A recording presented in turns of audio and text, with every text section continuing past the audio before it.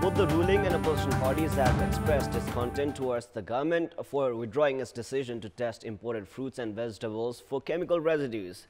They have alleged the government of relenting to the Indian government's pressure and termed letting the imports flow in the domestic market without undertaking tests for toxic chemicals as a blatant disregard towards consumers' health. Good morning, I am Prarambha Dahal. Let's begin with the main stories. Lawmakers seek government's response over backtracking from its decision to carry out pesticide tests on imported fruits and vegetables. Agriculture Minister expresses discontent in an indirect manner. Loss of lives and properties owing to disaster induced by monsoon continue every year. Government's preparation remains dismal in terms of disaster risk management. Supporters of New Democracy celebrate in the streets of Athens as the Conservatives return to power with a landslide victory in snap elections. And America crowned the FIFA Women's World Champions. Brazil win Copa America following a 3-1 win against Peru.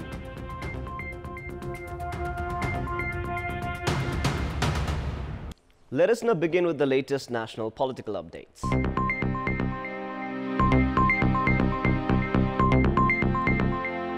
The lawmakers of both the ruling and opposition parties have criticized the government for backtracking from its decision to conduct pesticide tests on imported fruits and vegetables.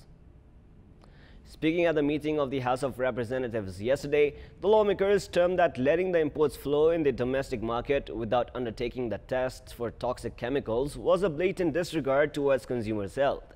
They also sought the government's response over withdrawing the decision and urged the leadership to clarify from what date the tests would resume at the Nepal-India border. Speaking at the meeting, the lawmakers of Nepali Congress alleged the government of relenting to the Indian government's pressure. Due to the lawmakers' growing discontent regarding the matter, Speaker Krishna Bahadur Mahara has urged the government to clarify the issue. Agriculture and Livestock Development Minister Chakrapani Khanal has indirectly expressed his discontent towards the government withdrawing its decision to test imported fruits and vegetables for pesticide residues. Minister Khanal said that the pesticide test was suspended on the recommendation of the Industry, Commerce and Supply Ministry. Minister Khanal suggested that the ministry shying away from the pesticide test merely in the pretext of inadequate infrastructure and laboratories was unjustifiable, taking into account the sensitivity of the issue.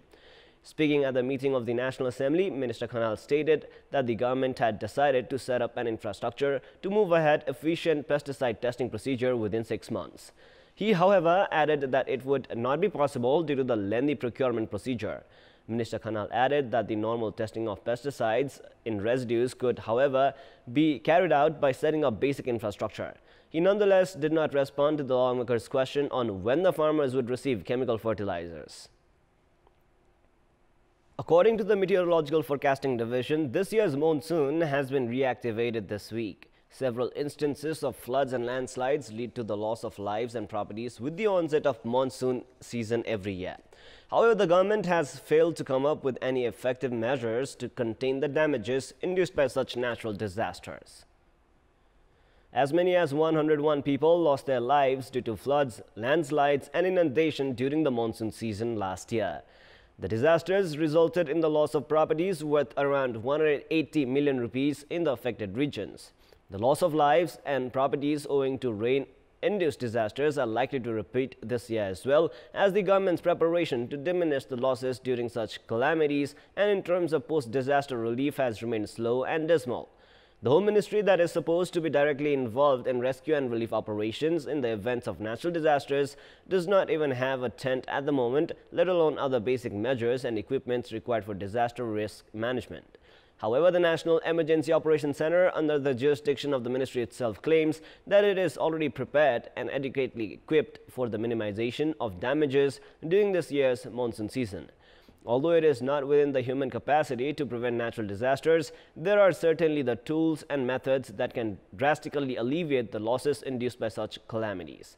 Experts are of the opinion that the government should not delay in the effective preparation along with setting up early warning systems so as to minimize the loss of lives and properties during this monsoon season. In our Public Voice segment, we had asked the people's representatives of Waling municipality in Sangja district, which has adopted the much-touted concept of smart city, regarding what they have been prioritizing in order to develop their region. Let us now take a look at what they had to say.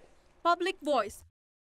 Paperless र cashless सिस्टमबाट अगाडि बढाउँदैछौँ। कृषि पर्यटन उद्योग व्यापार प्राविधिक शिक्षालाई जोड दिएर अगाडि बढिरहेका छौँ। वालिङलाई स्मार्ट सिटी बनाउनको लागि हामी हर वखत लागिरहेका छौँ। सबै सडकहरूको स्तरोन्नति, खानेपानीको व्यवस्थापन, सरसफाइमा ध्यान दिएका छौँ। शिक्षा, स्वास्थ्य, खानेपानी अनि कृषिमा हामी काम गरेका छौँ। खेलको आवश्यक परेको कारणले नगर र क्षेत्र सँगसँग चाहिँ कोअर्डिनेसन गरेर काम अघि बढाइराखेको छ। गाउँलाई नै प्राथमिकता दिएर अहिले होमस्टेको एकदमै तदारुकताका साथ हामी होमस्टे सञ्चालन गर्न गइरहेको छौँ। प्राविधिक शिक्षा स्थापनाका लागि हामीले नगरपालिकामा इनोभेसन सेन्टर ल्याब स्थापना गरी कार्यक्रम सञ्चालन अगाडि बढाइरहेका छौँ। सरसफाइमा ध्यान दिएका छौँ। पर्यटन, कृषि, यातायात यी सबै कुराहरूलाई चाहिँ यो प्राथमिकता दिएका छौँ। प्राथमिकता भनेको त हामीले पूर्वाधार बाटोलाई नै हेरेका छौँ। बाटो फ्राकिलो गर्दैछौँ।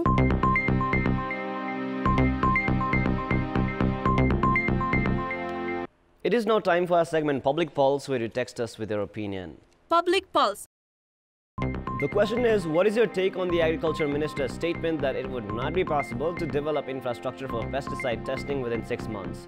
Your options are A, realistic, B, lack of willingness, and C, defending helplessness. The voting is on. You can type NEWS, select your option A, B, or C, and then send it to 34001 to share your opinion with us. With this, let us move on to the sports news. Sports news. United States of America has won the FIFA Women's World Cup for the 4th time.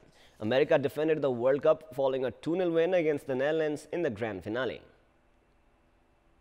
First half of the match, played at the Lyon Olympic Stadium, had ended in a goalless stalemate. Despite an aggressive attacking display in the first half, America failed to get past the Dutch defense.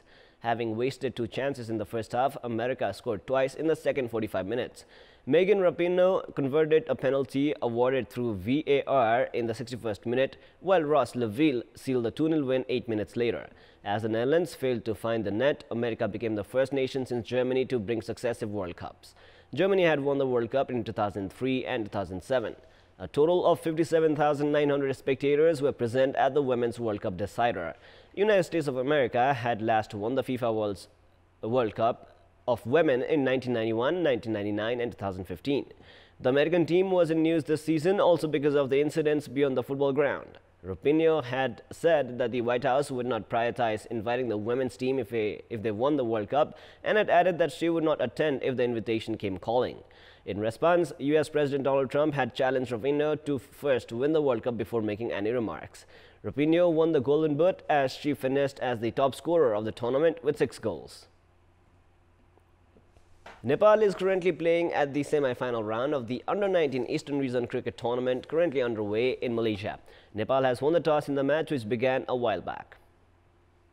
Defending champion Nepal had secured its berth at the semi-final round following a 10-wicket victory against China and a comprehensive 217-run win against Singapore. Nepal is playing against Malaysia, who had finished as runners-up of Group B following a 3-run defeat against Hong Kong in the match played yesterday. It is now time for our daily special segment of The Beat.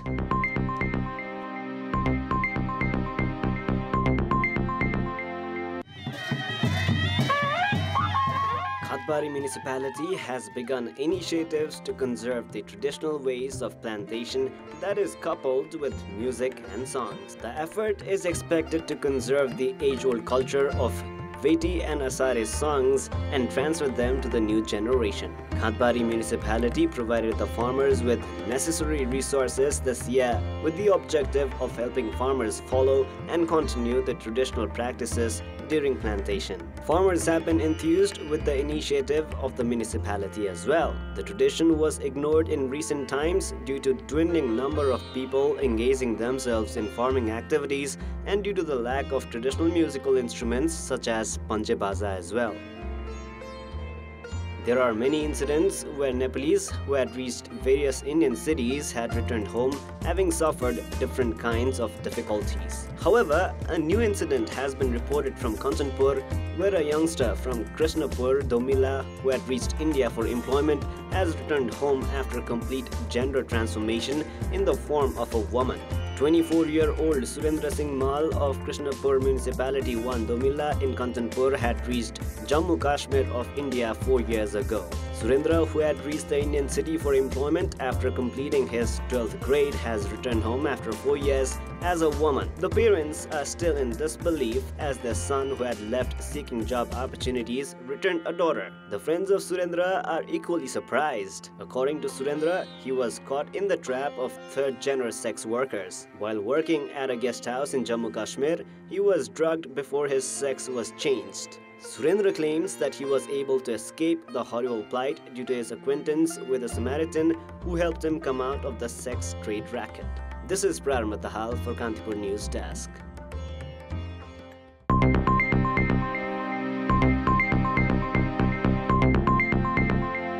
That is all for the moment. Our next English bulletin airs at 11 a.m. Keep watching Kantipur Television SD for more news and entertainment. Thank you for watching. Have a beautiful day ahead.